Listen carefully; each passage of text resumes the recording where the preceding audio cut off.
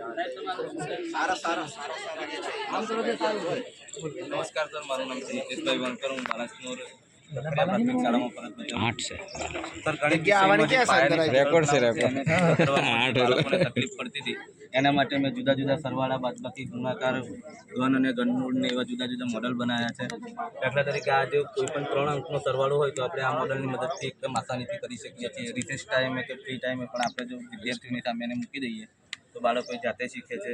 જુદી જુદી પઝલ્સ છે જે મગજનો વિકાસ કરે છે. આપણે રિસેસ ટાઈમે કે કોઈ પણ ટાઈમે આપણે બાળકોની આગળ મૂકીએ તો આને સોલ્વ કરવાનો પ્રયત્ન કરીએ.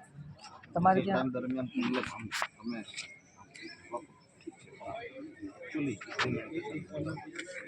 હા સર, ક્લાસ હોય એમાંથી 40% બાળકો એને ટેબલ જેવું બનાવી જગ્યા છે.